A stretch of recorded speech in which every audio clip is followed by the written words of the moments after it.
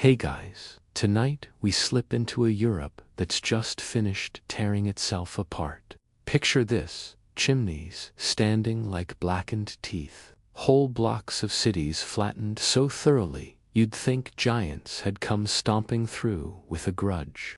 The war has officially ended. People are hugging in the streets. Flags are waving, but the air still smells like soot, and rubble crunches under every footstep.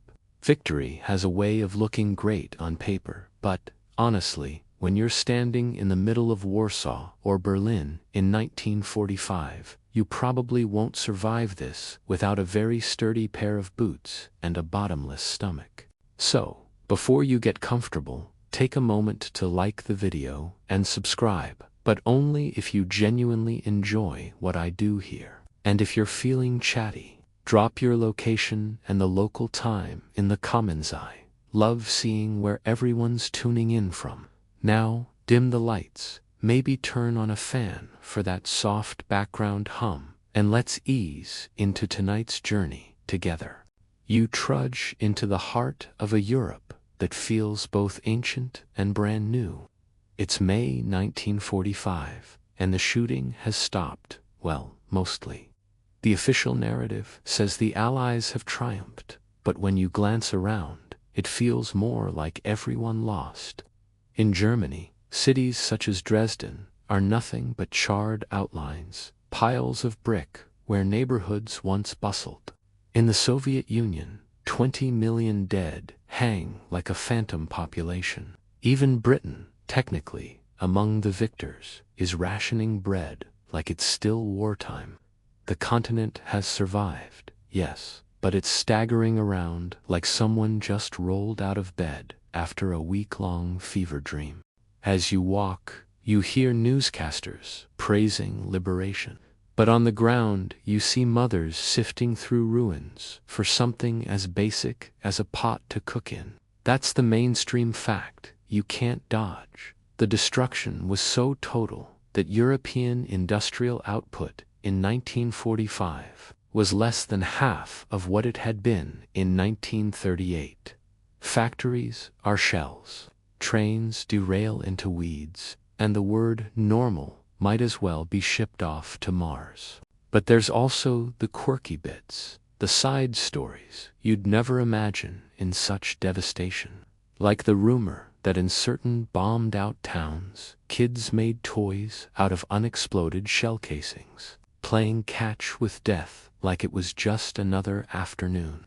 Or that some British soldiers stationed in Germany amused themselves by organizing impromptu football matches in craters, with goalposts made of bricks still warm from firestorms. It's grim and absurd at the same time, the sort of thing history books usually leave in the footnotes. And then you have the debates. Historians still argue whether the continent's post-war chaos was worse than the war itself. Was it better to have constant bombs overhead, or the eerie silence afterward, when you realized you had no roof, no food, and no certainty that tomorrow's neighbor would be a friend or a looter? It's the kind of question with no neat answer, the kind you roll over in your mind as you climb over another collapsed wall. Your senses are assaulted everywhere. Dust coats your throat. The acrid tang of burned wood and flesh lingers. And even when you stumble into a square with a surviving fountain, the water tastes faintly metallic, yet people push forward. You watch a baker in Milan pull an oven from the ruins, clean it off, and bake the first rough loaves in months. You see a group of students in Paris propping up a chalkboard on broken chairs, determined to hold class even with the ceiling gone. Humanity's sheer stubbornness is its own comedy, really. Like when you spot someone in Berlin salvaging a mirror just to comb their hair, as if the apocalypse has a dress code. Of course, not everything is noble. You can't ignore the opportunists. With every empire or regime collapsing, there's always someone ready to slide in, claim a property, swipe a shipment of canned goods, or charge desperate people triple the price for kerosene. You pass through Prague and overhear whispers about liberators who seem a little too eager to help themselves. The line between hero and hustler has blurred into something resembling camouflage netting. Everyone's wearing it. One of the stranger details you stumble on comes from the way survivors try to mark time. Churches have lost their bells, so in some towns, people bang on leftover artillery shells to announce the hour. Midnight suddenly feels like a battlefield ritual. That, and the fact that in parts of Italy, priests tried to bless ruined neighborhoods by sprinkling holy water from buckets because the regular fonts had been blown to bits. Sacred meets surreal in ways no planner could ever design. And everywhere, there's this low murmur about what comes next. You sit at a makeshift campfire with a group of displaced Poles. One man says Europe will rise again quickly after all. It always does. Another scoffs, pointing to the ruins around him, muttering that this time the damage is too deep. You nod, unsure, because it's easier to warm your hands over the fire than to picture what kind of society could be built from such wreckage. Still, you can't help but notice flickers of resilience. A group of girls in Holland start singing an old folk tune, their voices fragile but steady, echoing over the empty fields.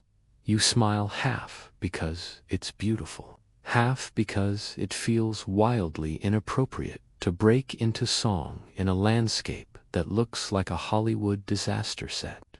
Humor clings to tragedy like ivy, whether you want it to or not. As you press further, the paradox becomes clearer. Europe is both celebrating and grieving, both alive and dead.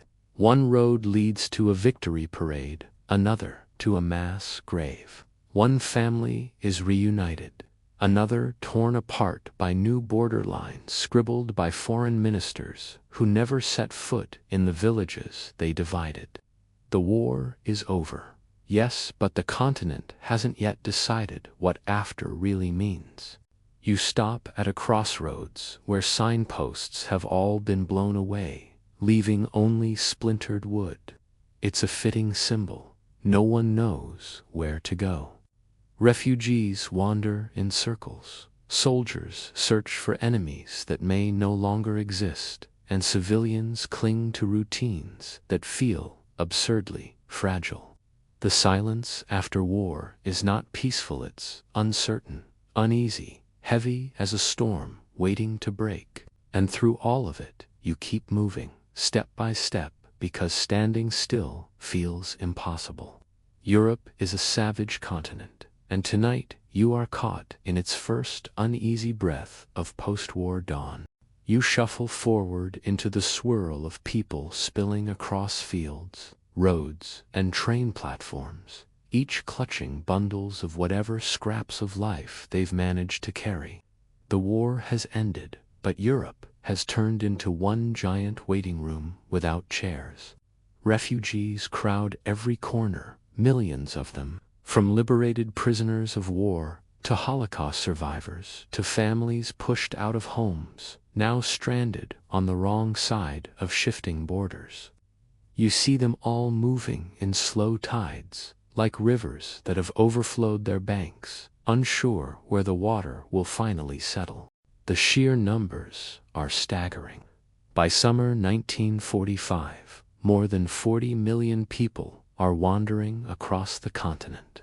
That's the mainstream fact that hits you in the face. The war didn't end with people going home. It ended with people realizing they no longer had a home to go back to.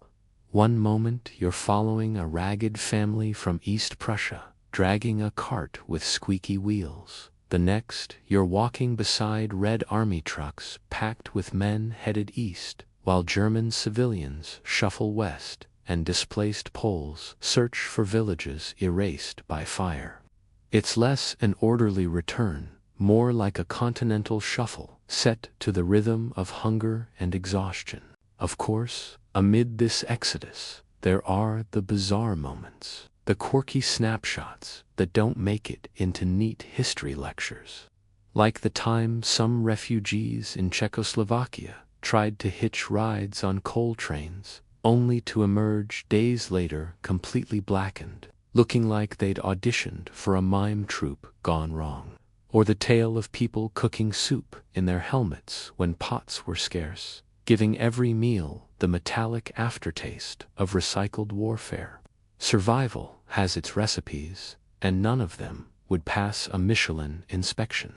But there's a serious undertow. Historians still argue whether the Allied powers were prepared for this flood of displaced persons, or whether they just improvised as chaos unfolded. Some say the camps and aid programs were impressively swift. Others argue the systems collapsed under their own weight, leaving people stuck in limbo for years. Walking through one of those DP camps, displaced persons, they called them you'd probably feel the truth landing somewhere in between. Order on paper, disorder on the ground. You wander into one such camp, a cluster of tents staked into muddy earth outside Munich. The air is thick with the smell of boiled potatoes, the universal food of crisis. People wait in lines for ladles of watery stew, while kids kick around a ball stitched from rags.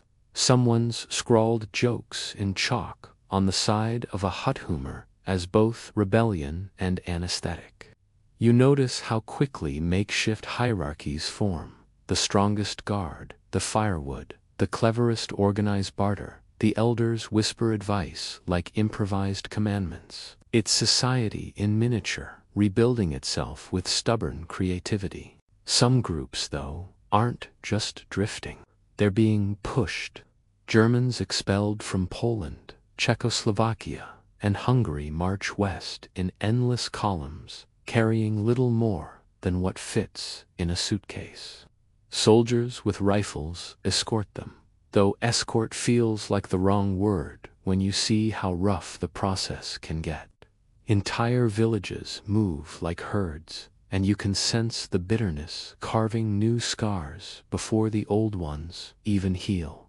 You wonder how long it will take before resentment becomes inheritance, passed down like a battered family Bible.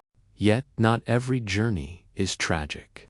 In the cracks of misery, small sparks appear. You overhear stories of long-lost cousins stumbling into each other at train depots, or lovers separated by camps who somehow reconnect through handwritten notes tacked to message boards. In Vienna, there's a wall where people pin scraps of paper names, please, directions.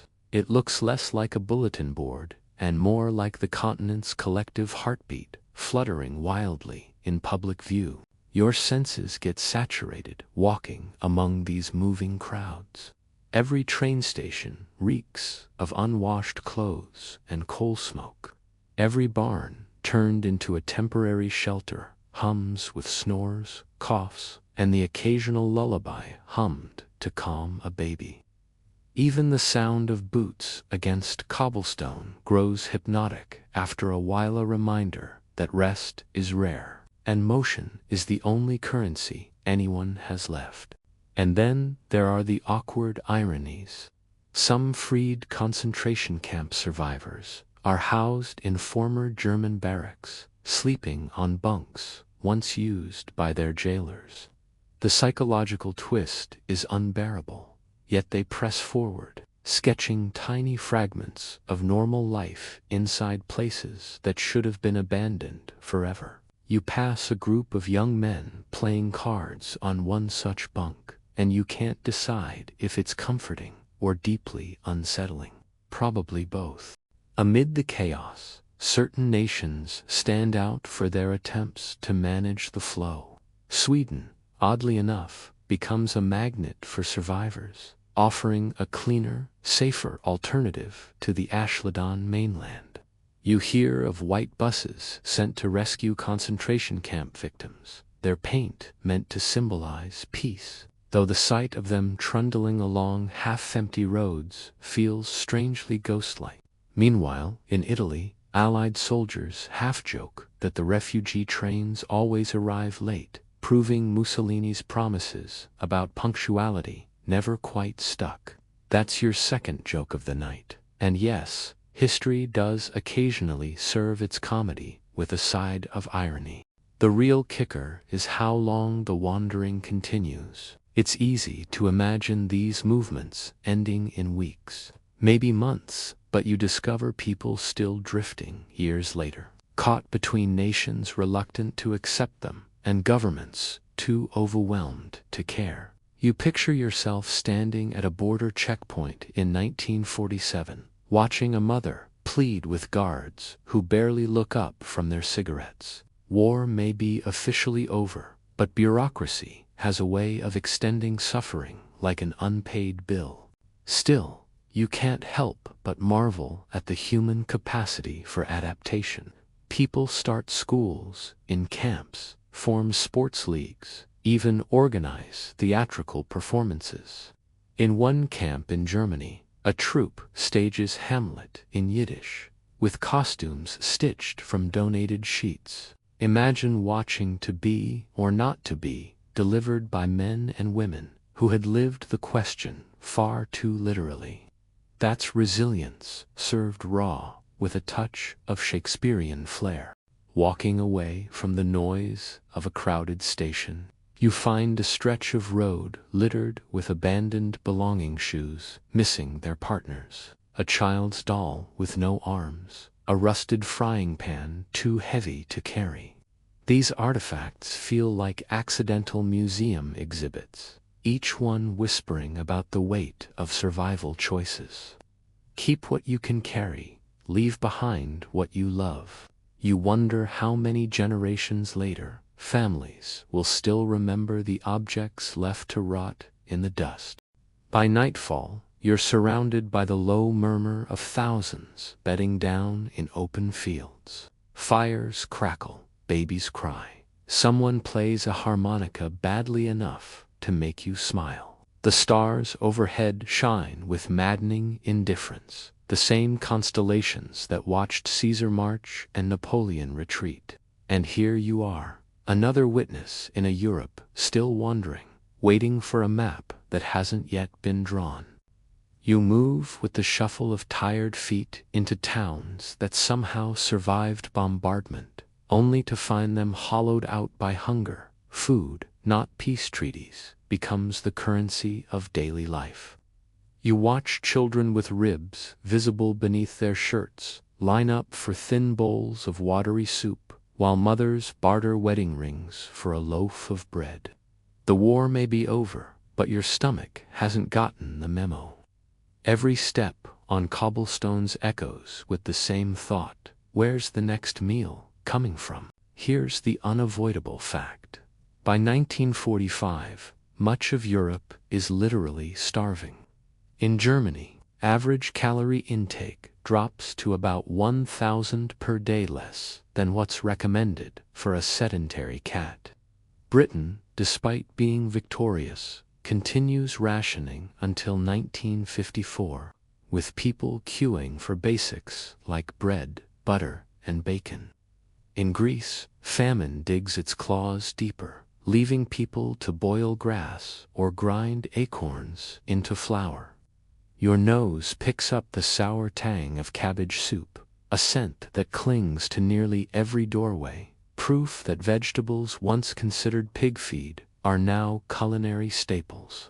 But hunger doesn't kill enterprise, it births it. Step into the shadows of a Berlin alley, and you'll stumble on the black market, Europe's worst-kept secret. Here, cigarettes become more valuable than coins. A pack of Lucky Strikes could buy you a pair of shoes, a coat, or even a night in a warm room. Soldiers returning from the front smuggle chocolate, nylon stockings, or tinned meat, trading them to locals for favors. Somewhere nearby, you catch a soldier slipping a Hershey bar to a German girl, and you're not sure if it's kindness or currency. Quirky as it sounds, there's also the tale of people using piano keys as barter, prying them out one by one to trade for bread. Or in Vienna, the black market grows so absurd that someone reportedly offered to swap an entire grand piano for a sack of potatoes. Culture for calories, it's a swap Mozart probably didn't anticipate. Still, historians still argue whether these underground economies helped people survive or dragged them deeper into chaos. Some say without the black markets, many would have perished. Others claim they fueled corruption, hoarding, and widened inequality. As you weave through crowded stalls where soap, flour, and even stolen Allied rations are exchanged in whispers, you sense both sides might be right. Survival isn't exactly known for moral clarity. Your senses go on overload here. The smoky tang of roasting chestnuts drifts through one corner, masking the stench of unwashed bodies crammed together. A man in a ragged coat palms a piece of bread like it's gold, while another hawks watered-down schnapps in bottles that once held ink. You hear the low hum of bargaining, a chorus of desperation punctuated by laughter whenever someone scores a deal too ridiculous to believe. Humor, even here, refuses to die. One woman jokes that she hasn't seen real coffee in so long she might marry the first man who can brew it. Some deals veer toward the absurd. American soldiers, swimming in relative abundance, become walking vending machines. Locals swarm around them, trading family heirlooms for a can of Spam. You think about the awkward irony. Whole generations raised on old-world recipes suddenly reduced to worshipping gelatinous meat in tins. Spam diplomacy, it's not exactly in the textbooks, but it worked better than most speeches. Yet the desperation is never far away. In Poland, you see a group of kids sneaking through rubble, stuffing pockets with coal chips fallen from Allied trucks, selling them piece by piece to families desperate for heat. You want to cheer their ingenuity, but when one boy collapses from hunger right in front of you, the applause catches in your throat. Hunger turns even small victories sour. The black market doesn't stop at food, of course. Weapons slip through cracks, fueling partisan groups unwilling to give up their wartime habits. Stolen uniforms and counterfeit papers circulate too, letting people reinvent themselves with a signature and a stamp. Identity becomes something you can purchase, like shoes or bread. You imagine the surreal possibility. Today, a starving refugee. Tomorrow, a businessman with forged papers, depending on what's available in the alleys of Rome or Paris. But every so often, you glimpse defiance against despair. In Paris, jazz musicians set up in half-ruined cafes, accepting payment in cigarettes or bread crusts. Couples dance awkwardly, their bodies weak from rationing, yet their smiles oddly radiant. A little joy is smuggled alongside the contraband, proof that even hunger can't keep people from seeking rhythm. And yes, sometimes rhythm itself is a kind of rebellion. Walking through the British zone of Germany, you overhear soldiers joking about how locals call powdered eggs plaster. A third joke for you, someone even claims to have built a wall with the stuff, though you suspect that's more sarcasm than architecture. Humor becomes seasoning in a diet too bland to endure otherwise. By nightfall, you wander into a bombed-out building where families huddle around small fires. The glow flickers on gaunt faces as someone pulls out a harmonica. The music is thin, but it floats above the hunger for a moment, a reminder that not everything can be rationed. You wrap your coat tighter and realize the strangest truth. Scarcity may strip life down to the bones, but it also sharpens every scrap of laughter, every morsel of joy. And so you step out into the darkened street, your breath fogging in the cold air, pockets empty, stomach rumbling. Europe is starving, but somehow it refuses to lie down. The hunger gnaws, but so does the will to find one more crust of bread, one more reason to smile, one more bargain in the alleys of survival. You step off a cracked sidewalk into a square where the air feels heavier than hunger. The war has ended, yes, but now comes the reckoning.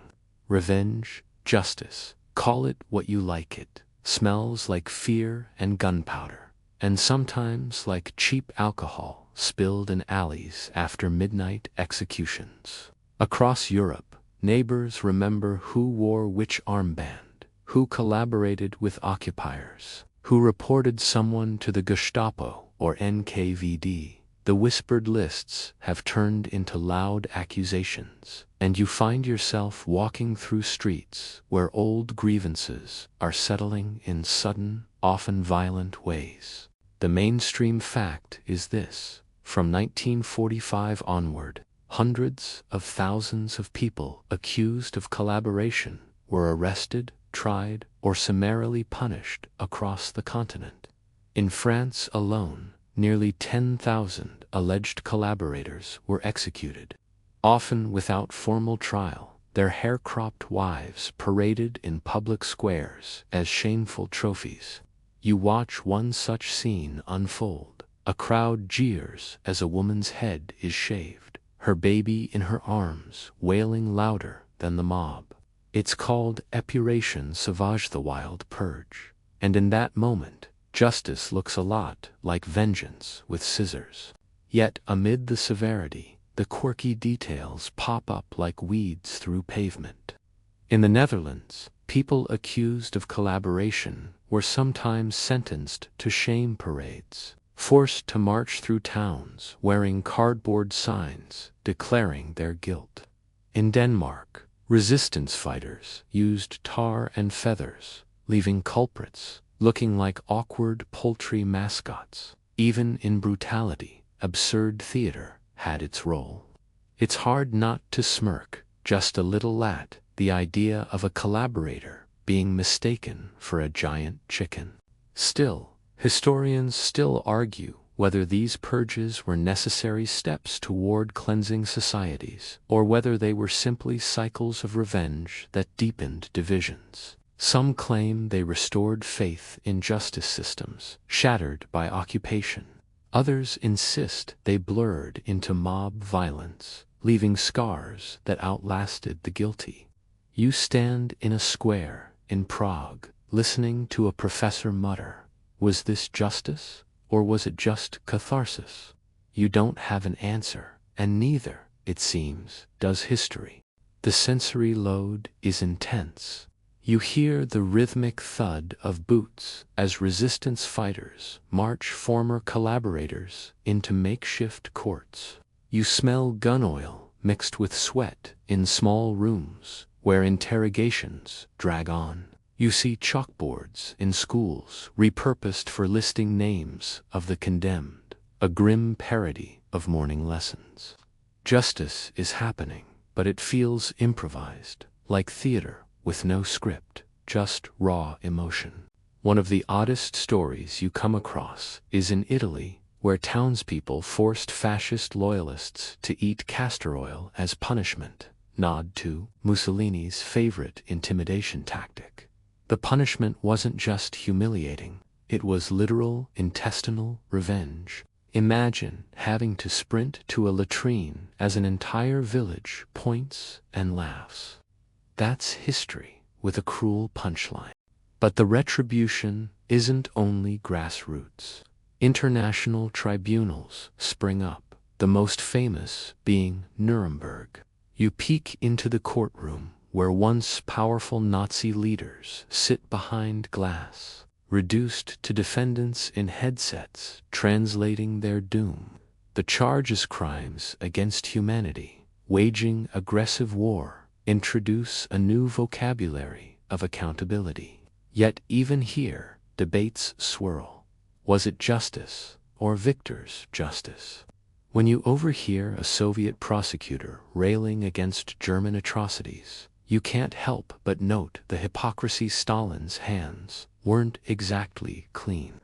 The room smells faintly of polished wood and stale tobacco, but underneath lies the stench of selective memory. On the local level, the lines blur constantly.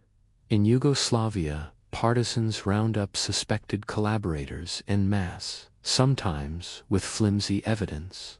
Villagers whisper that some were guilty only of jealousy or of owning land someone else coveted.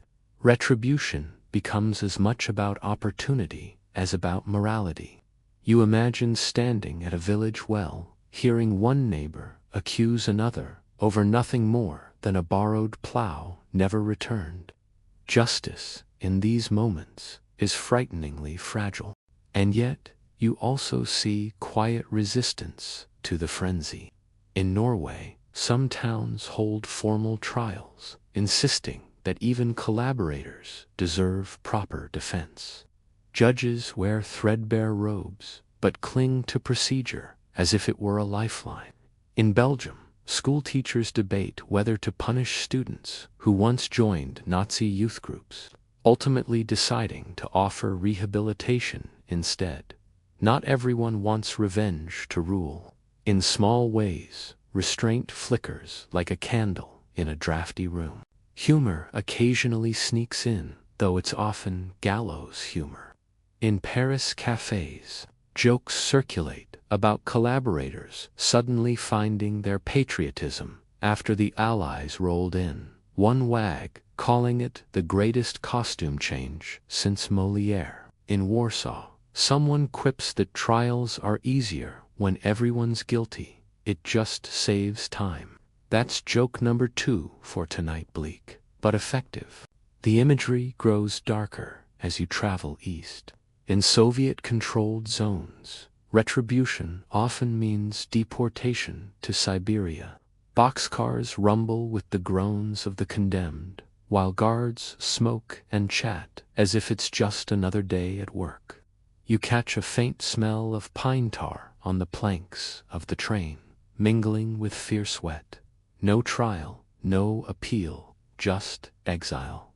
It's less about justice than about clearing space for a new order. But even here, human resilience pokes through. Families secretly bake bread shaped like hearts for prisoners being marched away, slipping them into pockets when guards aren't looking. A small boy chases after a truck to hand his father a scarf.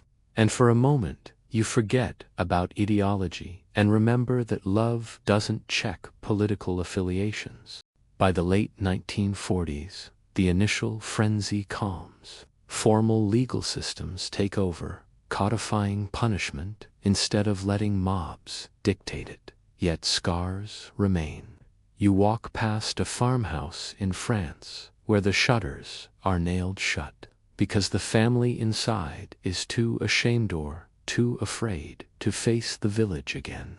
You see graffiti scratched into stone walls. Traitor, collaborator, justice. Words outlast haircuts, tar, and tribunals.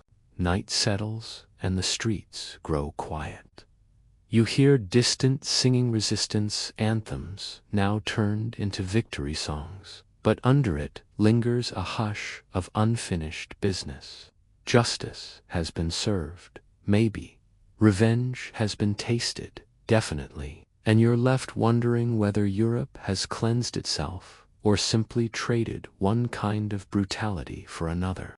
You step into a landscape where the ground itself seems restless, shifting beneath your boots. The war's end has not brought stillness, it has unleashed mass movements of people that look less like travel and more like forced marches. Whole populations are uprooted, shoved across borders, redrawn on maps that feel like bad doodles scribbled by men in distant offices.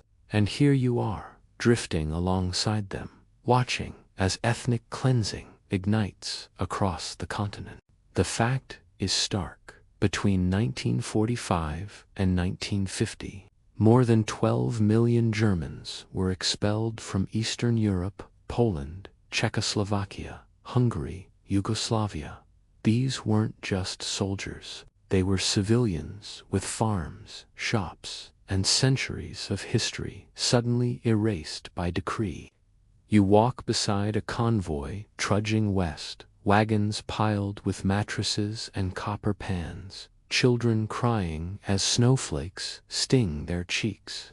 Guard towers mark the way, rifles slung casually over shoulders, a reminder that this isn't voluntary relocation. Then comes the quirky, the jarringly strange. In some villages, locals swapped homes almost ceremonially. A Polish family moved into a German farmhouse just as the Germans were forced out, like some grim version of musical chairs. One report even mentions a town where the departing Germans and incoming Poles briefly shared dinner before splitting directions, an awkward housewarming that probably deserved its own etiquette guide. Imagine passing the salt to the person who just claimed your bedroom. But the debates rage on. Historians still argue whether these expulsions were an inevitable consequence of wartime atrocities, or whether they simply created new injustices layered over old ones. Some point out that Allied leaders at Potsdam endorsed them, hoping to prevent future ethnic conflict by creating cleaner national borders. Others counter that cleansing a region by force, no matter the rationale, just seeds future bitterness. You feel the tension in every heavy bootstep on the road. The sensory palate is harsh here.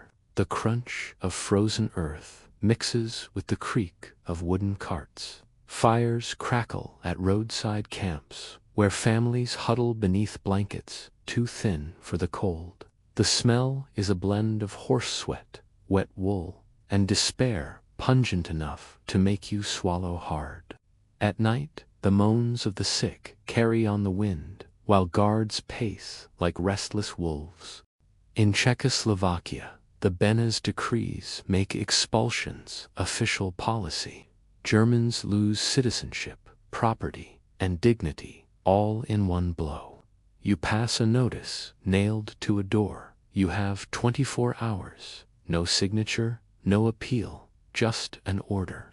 Some families scramble to stuff belongings into carts. Others abandon everything, taking only bread and a prayer. You watch a girl tuck a doll into her coat pocket, her grip fierce, as if holding it could anchor her to a home that no longer exists. Quirky detail number 2. In Hungary, some German-speaking families try to prove they're really Hungarian by hastily learning patriotic songs. Whole households practice national anthems around kitchen tables, hoping a fluent chorus might erase the sound of their native tongue. You can almost hear the panic in their off-key voices. Patriotism by Crash Course. And it's not just Germans. Poles are pushed westward as Soviet borders swallow eastern lands, forcing them into territories newly vacated by expelled Germans. Ukrainians face their own deportations, shuffled around like pieces on a cruel chessboard. It's as if the continent has decided people are furniture, heavy, inconvenient, but movable with enough force. In Yugoslavia, things turn even bloodier. Ethnic Germans Volksdeutscher rounded up, many interned in camps where hunger and disease do the work of bullets. You wander past one such camp, the stench of typhus heavy in the air, guards indifferent to suffering. A boy scratches his name into a fence post, leaving behind a tiny rebellion of identity. You linger there, realizing the tragedy. Names endure even when people don't. Humor, fragile but stubborn, peeks through even here. In Poland, people joke that the new borders are like a drunkard's walks zigzagging without logic. Another quip, we used to live near the river, now we live near Germany. That's joke number one for the night. Geography turned into stand-up comedy. Still, the tragedies overwhelm. You come across frozen bodies by the roadside, abandoned when families couldn't carry both the living and the dead. You see scrawled prayers on barn walls, left behind as desperate graffiti. And always the silence of those who have stopped speaking, because words cannot pack themselves into a suitcase. At the same time, you notice the determination of the resettled. Poles arriving in former German cities, rename streets, repaint signs, scrub away the old language with brushes and whitewash. Markets reopen, children play soccer in streets still echoing with foreign songs. The continent is being rewritten in real time, though you can feel the ink is smudged. In villages along these shifting lines, old resentments flare. Neighbors suddenly become strangers. Strangers suddenly become neighbors. You imagine the awkwardness of borrowing sugar from a family who moved into your cousin's stolen house. Every small act of kindness is weighed against a backdrop of betrayal. And yet, people try. You witness a farmer in Silesia offering bread to a family on the march, risking punishment for compassion. The bread is small, barely enough for one meal, but the gesture is enormous. It's one of those fleeting glimpses that keeps you from drowning in bitterness, the proof that humanity refuses to vanish entirely, even under the weight of barbed wire and decrees. By late 1940s, the expulsions begin to slow, but the damage lingers. Generations will remember the marches, the lost farms, the houses reclaimed by strangers. You pass through an abandoned German cemetery, headstones cracked, inscriptions erased. Yet wildflowers grow among the stones, indifferent to politics, reminding you that memory has roots deeper than any border. As night falls, you sit beside a roadside fire with a group of weary travelers. They speak in whispers, mixing languages, their words carrying both fear and hope. One man stares into the flames and mutters, "We'll plant again."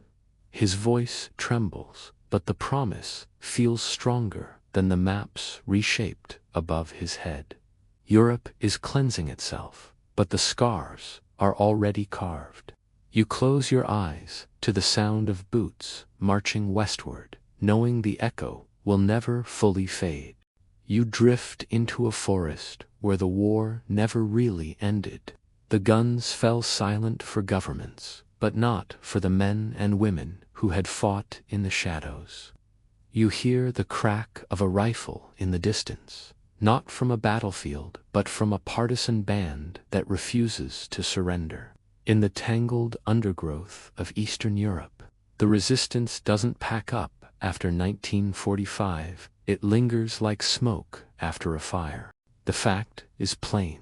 Partisan groups across Europe, especially in Poland, the Baltic states, and Yugoslavia, kept fighting long after the official peace. In Poland, they were known as the cursed soldiers, men who once fought Nazis and now turned their rifles against the Soviets.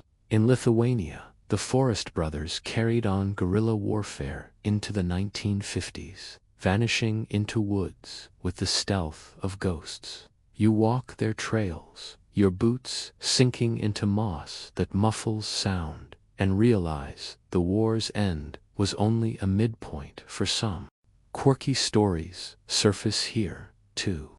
Like the tale of Latvian partisans rigging radios from spare tractor parts, broadcasting songs and jokes to taunt Soviet authorities.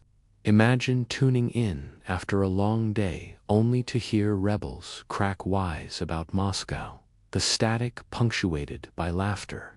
In Yugoslavia, partisans turned bandits sometimes robbed trains not just for supplies but for style, leaving behind polite thank you notes to bewildered passengers.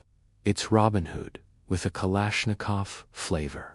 But historians still argue whether these groups were freedom fighters or dangerous holdouts prolonging suffering. To some, they were patriots resisting foreign domination. To others, they were obstacles to rebuilding, their stubbornness drawing brutal reprisals on innocent villages. You feel the weight of this debate as you step into a hamlet where burned cottages tell of one partisan ambush answered with Soviet-scorched earth. Was the sacrifice noble or reckless? The question sticks like mud to your boots. The sensory world of these fighters is raw and primal. You smell pine needles crushed underfoot, hear the whisper of wind through branches masking hurried footsteps. Camps smell of damp earth and gun oil, with food nothing more glamorous than boiled potatoes cooked over smoky fires. Nights are endless, punctuated by the snapping of twigs that might be an animal or an enemy patrol. You crouch with one band in the Baltics, watching them huddle around maps by candlelight. They debate whether to strike a Soviet convoy or melt back into the woods. Their faces are gaunt, their coats ragged, but their eyes burn with conviction. A young man jokes that they'll fight until the trees grow tired of us. That's your first joke of the night forest humor, brittle but defiant. In Poland, the cursed soldiers become legends and outlaws at once. You overhear villagers whispering their names like prayers or curses, depending on loyalties. One woman leaves bread hidden under a tree for them. Another warns her children never to speak their names aloud. Their presence hovers like a ghost half-savior, half. Meanwhile, in Greece, civil war erupts as communist partisans refuse to disarm, squaring off against government forces backed by Britain and later the US. The olive groves echo with gunfire, while families split along political lines. You picture a dinner table where brothers glare at each other, one in government uniform, the other in rebel garb. The meal grows cold, the argument eternal. Quirky note number 2. In some places, partisans used caves not only as hideouts, but as makeshift cinemas, projecting scratched reels of old movies against limestone walls.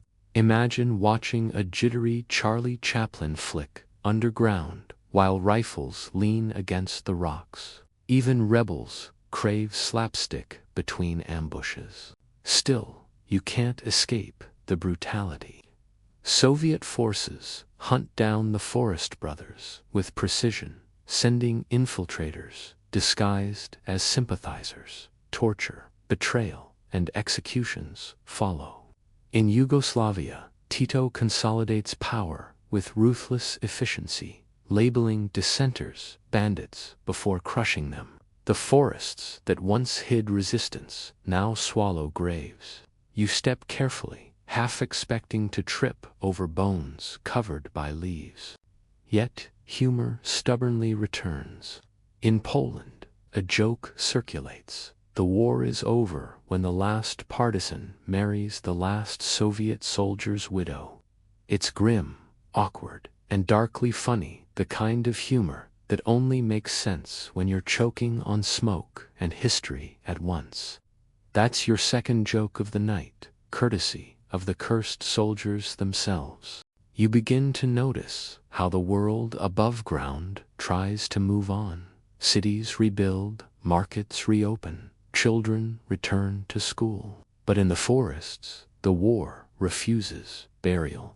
The clash between past and future creates a strange rhythm you can hear hammering from reconstruction sites, echoing faintly into valleys where rifles still bark.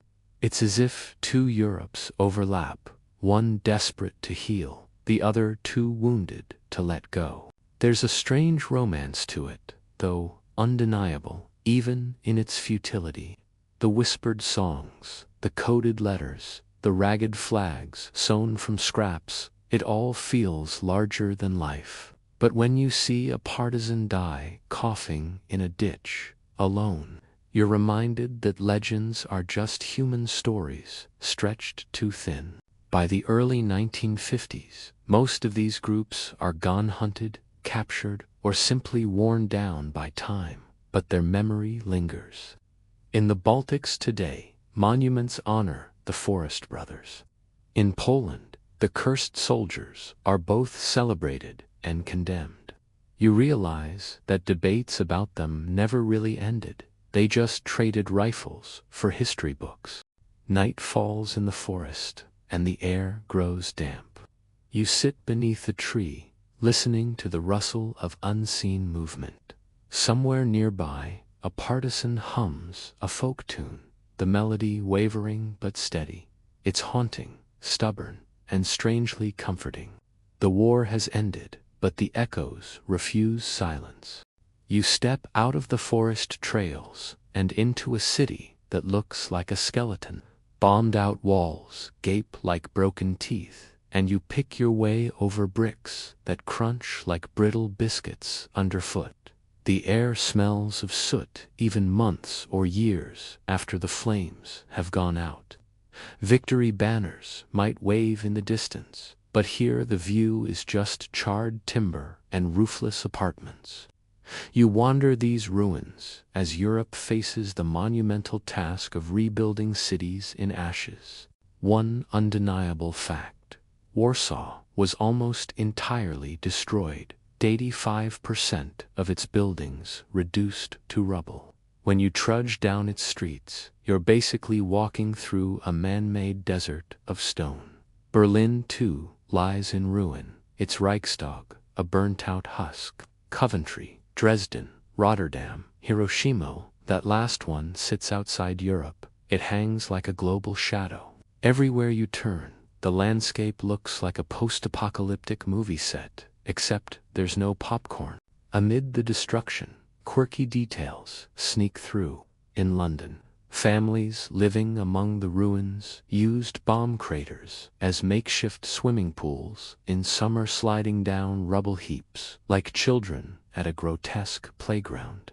In Berlin, some people kept pigeons in the shells of destroyed apartments, raising them for food or trade. Imagine explaining to your landlord that your kitchen is now a pigeon loft. It's absurd, but it kept people alive.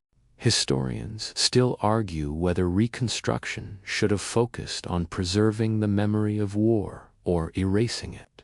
In Warsaw, the old town was painstakingly rebuilt, brick by brick, to look like it had before, based on old paintings and photographs. Meanwhile, in Germany, architects debated whether to rebuild traditional styles or embrace modernism. Was it healthier to remember every scar, or better to create clean lines and try to forget? No one fully agrees, and as you stand among scaffolding, you feel the tension humming through every hammer strike. The sensory overload is powerful. Dust hangs constantly in the air, coating your tongue in grit. Hammers echo like endless metronomes. The smell of lime mortars, wet wood, and tar mixes with the faint sweetness of crushed wildflowers that sprout through cracks in pavement. You can taste desperation in the air, people racing to cover roofs before winter, patching walls with tin sheets and painted slogans like "We survive." You pass through Paris, less physically destroyed but scarred by occupation. Cafes reopen with chipped cups, chairs mismatched from flea markets. Patrons sip bitter coffee substitutes made from chicory, still pretending the old cafe culture hasn't died.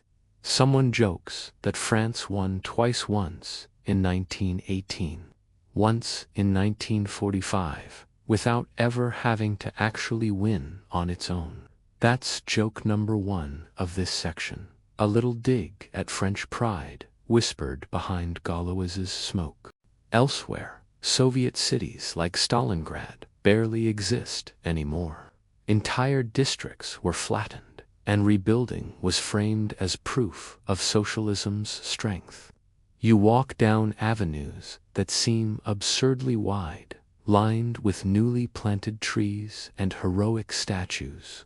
There's a theatricality to Itruans being replaced with propaganda made concrete.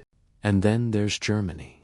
You stumble into the Trümmerfrauen, the rubble women. These are mothers, widows, and daughters, in headscarves, working with bare hands and crude tools to clear mountains of debris. They form bucket chains, passing broken bricks like oversized beads. Their laughter sometimes cuts through the dust, and their gossip fills the silence of collapsed streets. Without them, Berlin might still be buried. They become icons of endurance, though many later argue they were celebrated to hide the shame of collaboration. You can almost see them today, shoulders hunched but determined, lifting history brick by brick. Quirky tidbit number 2.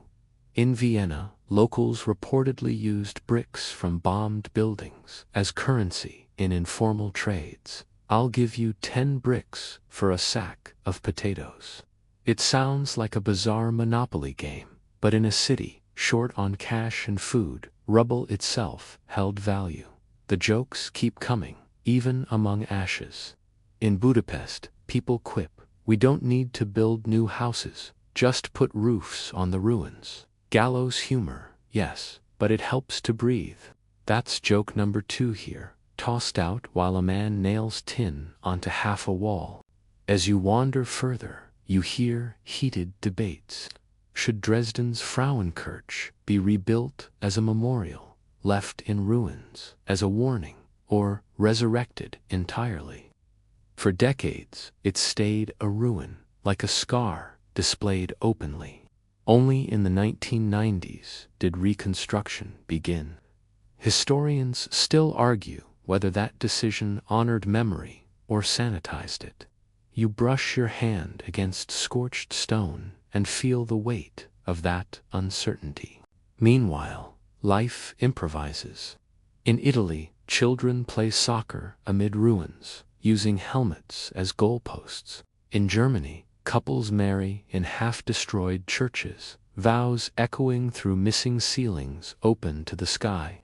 In Poland, priests hold mass in roofless cathedrals, the wind carrying hymns out into the rubble fields.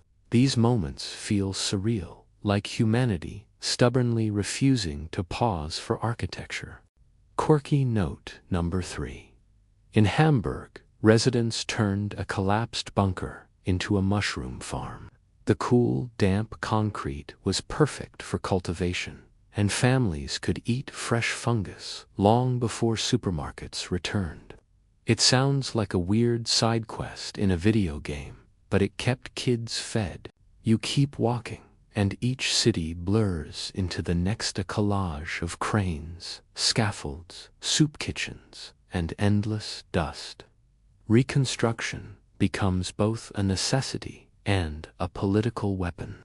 In the West, the Marshall Plan pumps money and supplies into rebuilding, tying economies to American influence.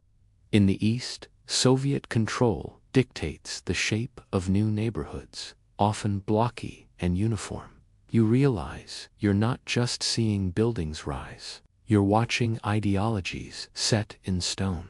By evening, lights flicker back on in some streets.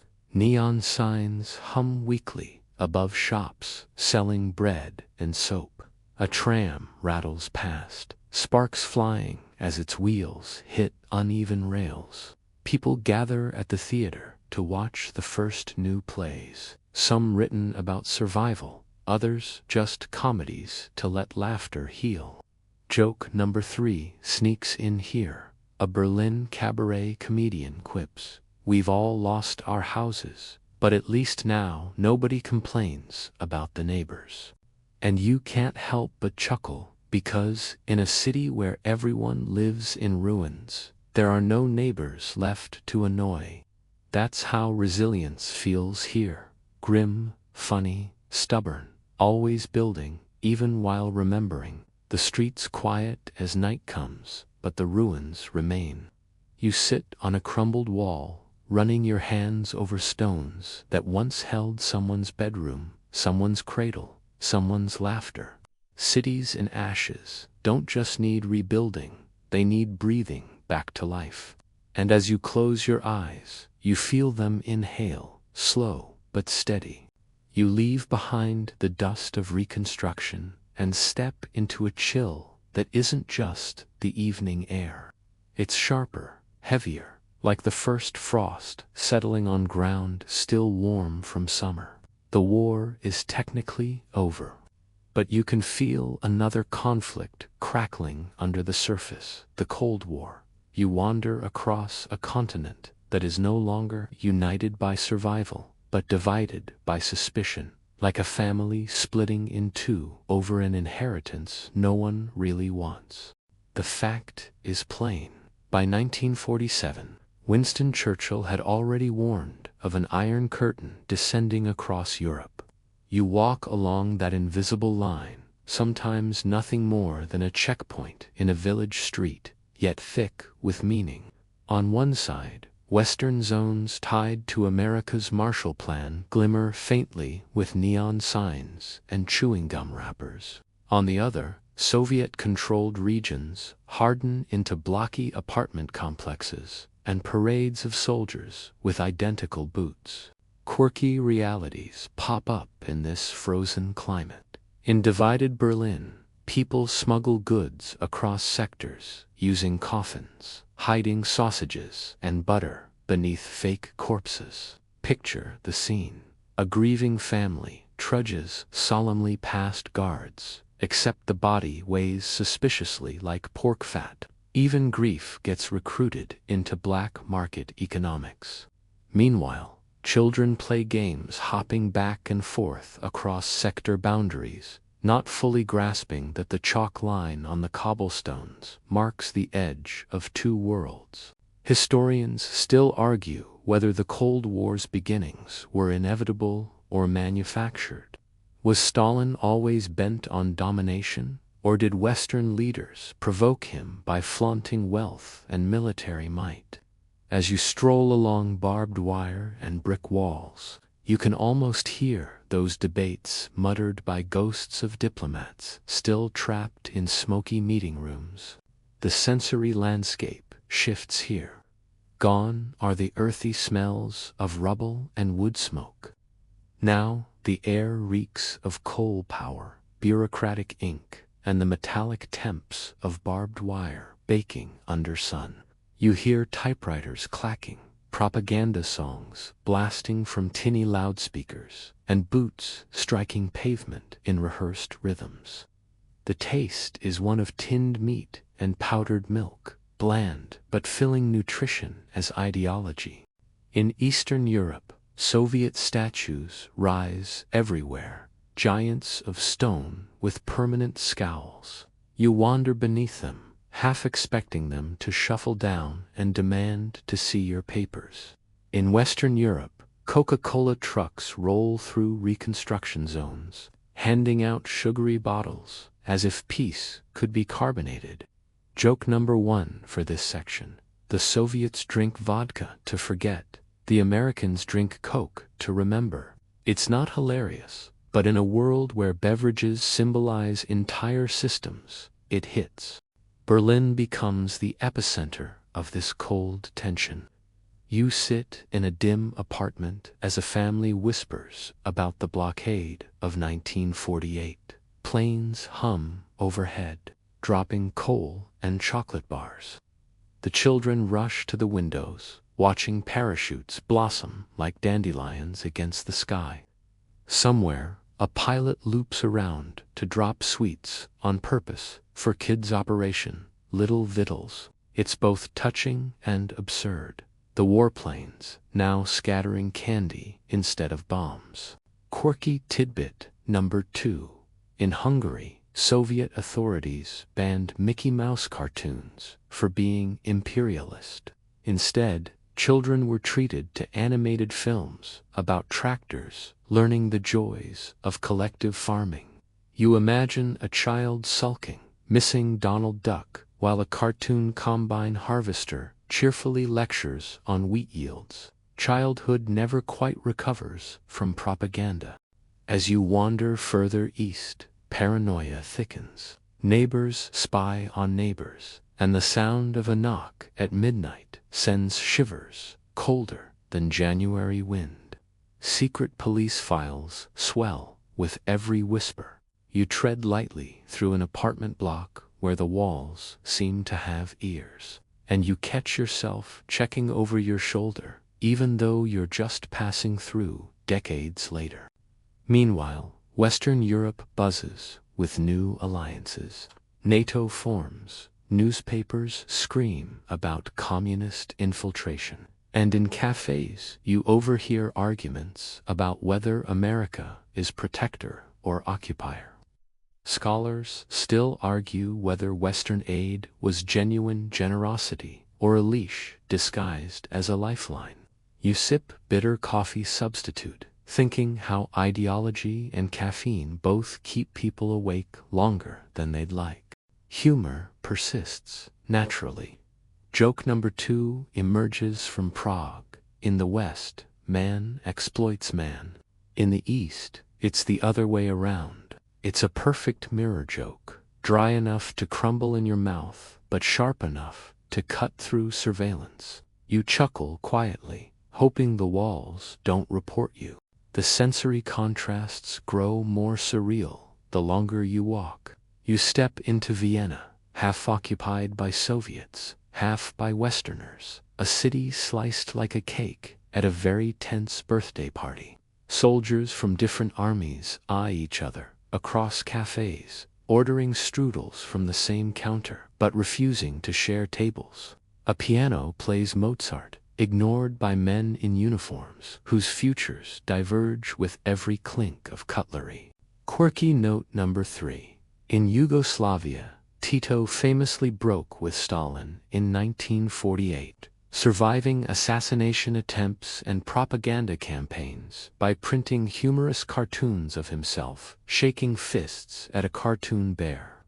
Imagine propaganda wars fought with doodles. It's almost endearing, until you realize people's lives hung on the outcome of the sketches. Back in Berlin, people start telling a grim little joke. We are lucky if the Cold War ever turns hot. Will be the first to die. That's joke number 3, black as coal dust, but oddly comforting. It's gallows humor for a city literally balanced on the edge of 2 empires. As the 1950s approach, you can feel the frost solidify. Borders aren't just lines anymore. They're barbed wire, guard towers, and minefields. Families are cut apart. Old trade routes vanish, and every radio broadcast seems to accuse the other side of plotting apocalypse. You pull your coat tighter, though the chill you feel has nothing to do with weather. And yet, life goes on. People still marry, babies are born, and songs sneak through radios even when censored. You drift down a street where a child skips rope under a looming Soviet banner, chanting rhymes about tractors without really caring. It's a reminder that even under the coldest winds, humanity hums stubbornly like a space heater in winter. You step out from under the long shadow of the Iron Curtain and find yourself in a swirl of hopeful conversations. The dust of war still lingers, but now the air carries something new: dreams of unity. Europe is weary, scarred, and divided, yet at the same time, you sense an almost desperate longing to stitch itself back together, like someone sewing a patchwork quilt from torn clothes. One clear fact greets you early. In 1951, 6 nations, France, West Germany, Italy, Belgium, the Netherlands, and Luxembourg, created the European Coal and Steel Community. It sounds like the world's most boring dinner club, but in practice, it was revolutionary. By tying industries of war coal for energy, steel for weapons into shared management, the idea was simple. If you can't build tanks without your neighbor's permission, you probably won't go to war with them. You walk into the meeting room in Paris, where diplomats argued over numbers, but you can almost hear the sighs of relief beneath the dry statistics. Quirky detail: Luxembourg's representative reportedly needed to stand on a box just to be seen behind the negotiation table. The tiniest nation in the room, quite literally looking up at the bigger powers, still had a seat at the table shaping Europe's future. It's a small image, but it says a lot. Even the little guys wanted a say in avoiding another continental bloodbath. Historians still argue whether this unity was truly idealistic or just a practical response to economic chaos. Were leaders motivated by a noble dream of peace, or by sheer exhaustion and the lure of American dollars from the Marshall Plan? You stroll through debates that never ended, walking among shelves of dusty treaties and realizing that Europe's story of integration is equal parts vision and pragmatism. The sensory palette shifts again. You hear typewriters clicking, not for secret police, but for treaty drafts. Ink stains bloom on fingertips instead of blood on uniforms. The smell of fresh paper mixes with cigarette smoke in conference halls, while outside the air carries a lighter fragrance: bakeries reopening, children chalking hopscotch grids on repaired sidewalks. You taste optimism, faint but real, like the first strawberries of spring. In Strasbourg, you step into a new European Parliament, still finding its feet. The chamber buzzes with speeches, translators whispering into headsets, and the nervous laughter of politicians who aren't entirely sure if this experiment will last. One Italian delegate leans over to a German colleague, cracking a joke. "We fought 2 world wars just to sit in endless meetings." That's your first joke, this section bureaucracy as the true victor of history. Meanwhile, intellectuals float bold ideas. Some dream of a United States of Europe, passports abolished, armies merged, languages blending. Others fear such ambition will trample national pride. You picture a Frenchman clutching his baguette like Excalibur, unwilling to trade it for standardized European bread. The tension is comic and tragic at once. Quirky tidbit number 2. When early European institutions needed an anthem, some officials jokingly suggested using a pop song before Beethoven's Ode to Joy eventually won. Imagine history shaped by paperwork, set to swing jazz. It almost happened. In the streets, ordinary people adapt. Trains run more freely between Western nations. Students study abroad, and businessmen toast to cross-border deals. At the same time, skeptics grumble that unity is just another excuse for politicians to gather in expensive hotels. Historians still argue whether early unity truly touched ordinary lives or mostly shuffled paper at the top. You drift into post-war Paris again, where Jean Monnet and Robert Schumann lay out plans like architects of a new house. They talk about solidarity as if it's concrete, as if nations themselves can be bricked together. You realize how fragile yet daring this is, an attempt to make trust as tangible as steel beams. Humor pops up everywhere. Joke number 2 emerges in Rome. Europe is like a camel designed by a committee when they wanted a horse. It earns tired chuckles in meeting halls, but you can't deny its truth. Integration often looks awkward, ungainly, yet somehow still moving forward. As you walk into the 1950s, another kind of unity appears: cultural rebuilding.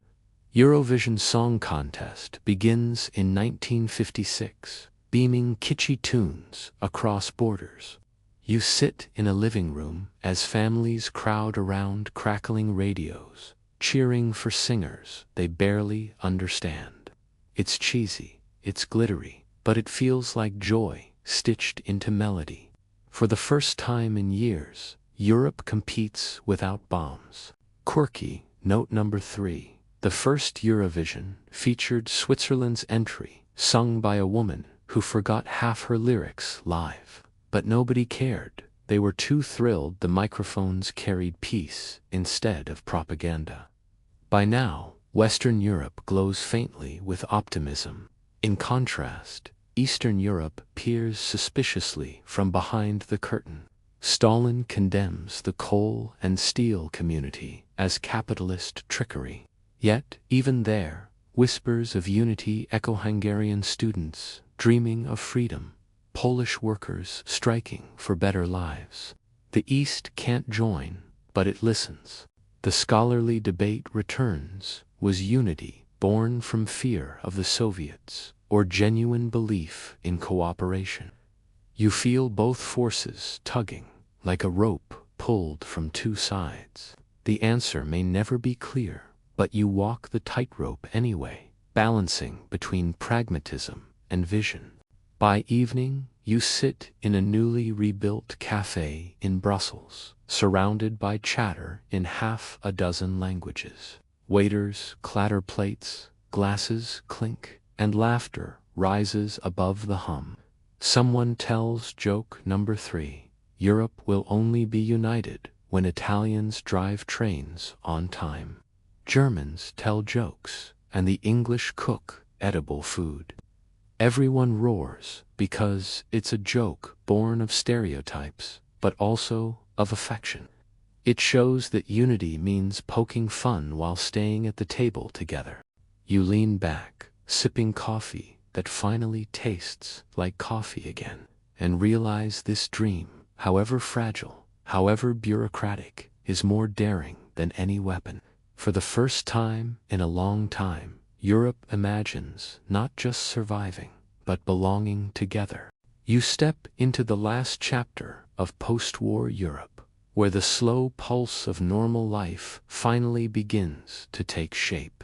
The continent still hums with the echoes of war, but now you notice laughter, conversation, and music weaving through streets once silenced by fear. Cities are repaired, borders remain tense but stable, and people exhausted yet resilient trying to live again. You wander through villages where the sound of children's voices feels almost alien after years of chaos. The fact is undeniable. By the mid-1950s, Europe had begun what historians call the economic miracle.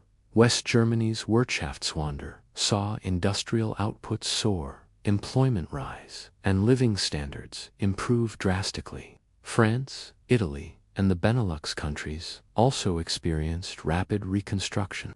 You walk through factories, humming with new machines, workers chatting in breaks, apprentices learning skills that had been interrupted by war.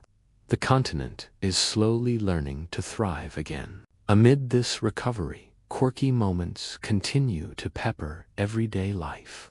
In France, some cafes began offering hunger menus with tiny portions of luxurious items like truffles and cream for nostalgia, joking that eating small makes you feel like royalty on rationed calories.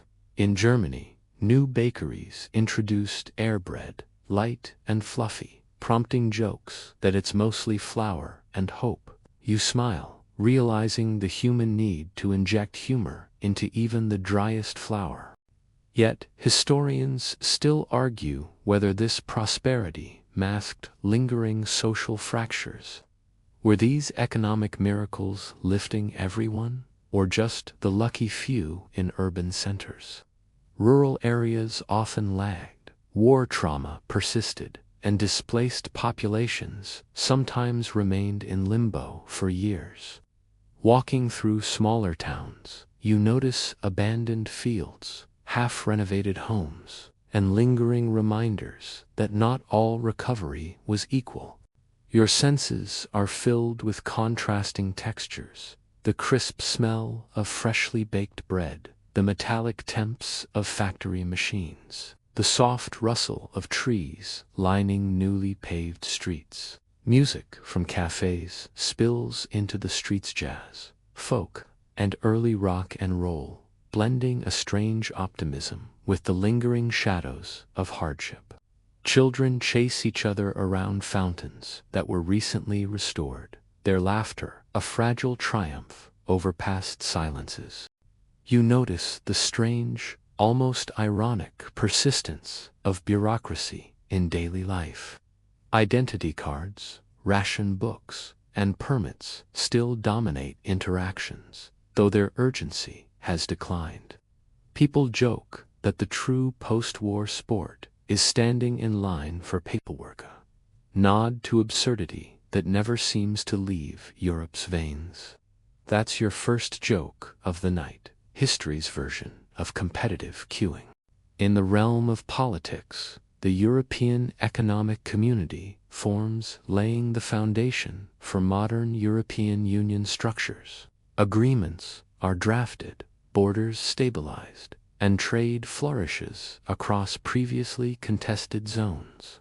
Citizens begin to move more freely, and markets hum with activity that hints at new social cohesion.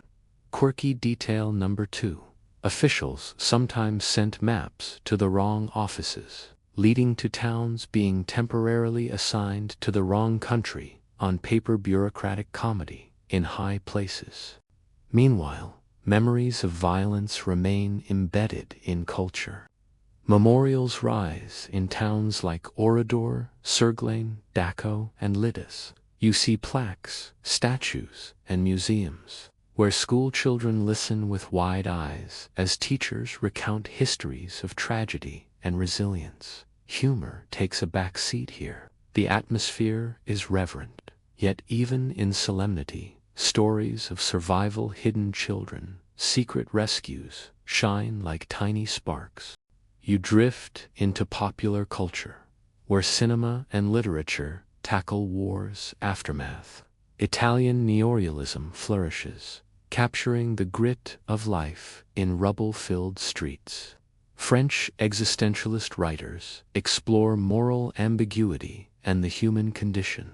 You walk past a small cinema where a poster of bicycle thieves hangs, a visual reminder that even amidst recovery, people are still grappling with poverty, ethics, and memory. Quirky note number 3. In post-war Britain, some towns held bombed-out garden competitions, turning cratered lots into floral displays. Imagine flowers blooming amid shell fragments, tulips poking up from rubblets, both absurd and beautiful, human resilience rendered in color. The open debates persist. Scholars still argue whether the Cold War, economic miracles, and European integration created genuine stability or simply postponed the continent's reckoning with its violent history. Walking among citizens, markets, schools, and factories, you feel the answer is nuanced. Recovery is never clean. It's messy, uneven, and embroidered with both tragedy and humor. As night falls, you wander through a quiet street where streetlights flicker gently. Children run past, elders sit outside cafes sipping tea, couples stroll in the soft glow. The air smells of bread, smoke, and slowly blooming optimism. Europe has survived, but it's not yet whole. It's learning to breathe again, cautiously, carefully, stubbornly. You realize that life itself, messy, imperfect, and human, has become the continent's greatest victory. The streets grow softer as night settles fully over Europe. You notice the hum of electricity in repaired streetlights, a gentle thrum beneath your feet, like a heartbeat finding its rhythm after years of chaos. The air smells faintly of baking bread and cool autumn leaves, a contrast to the soot, smoke, and fear that lingered in memory. You take a slow breath, letting the city's pulse mingle with your own, each inhale a quiet promise that life endures. You watch shadows stretch across cobblestones, and somewhere, a child's laugh breaks the evening stillness, a delicate, stubborn thread of joy. Cafes murmur with conversation, music drifts faintly from open windows, and even the occasional clatter of a late tram seems soothing, marking movement, continuity, and the flow of ordinary life. Europe, for all its scars, whispers that survival was never just about endurance. It was about learning to live again. Even in towns still bearing traces of destruction, life has found ways to bloom. Flowers push through cracks in pavement, cats wander freely where soldiers once marched, and the smell of roasting chestnuts drifts from open-air markets. You notice small gestures everywhere, neighbors sharing meals, families walking together, couples holding hands under street lamps, quiet signs that humanity, resilient as ever, continues to stitch the fabric of society with patience and care. As you wander, you reflect on the paradox of memory and renewal. The horrors of war are not erased. They linger in stone, story, and scar. Yet, through that very memory, people learn compassion, humor, and endurance. Even in silence, even in stillness, there is a gentle, stubborn pulse of hope. Now, as you pause and watch the last lights flicker against the evening sky, the world seems both fragile and enduring. You exhale, carrying with you the stories of survival, resilience, humor, and recovery. The past whispers, the present hums, and the night, calm and infinite, invites you to rest. You feel Europe breathing quietly, ready to dream once more.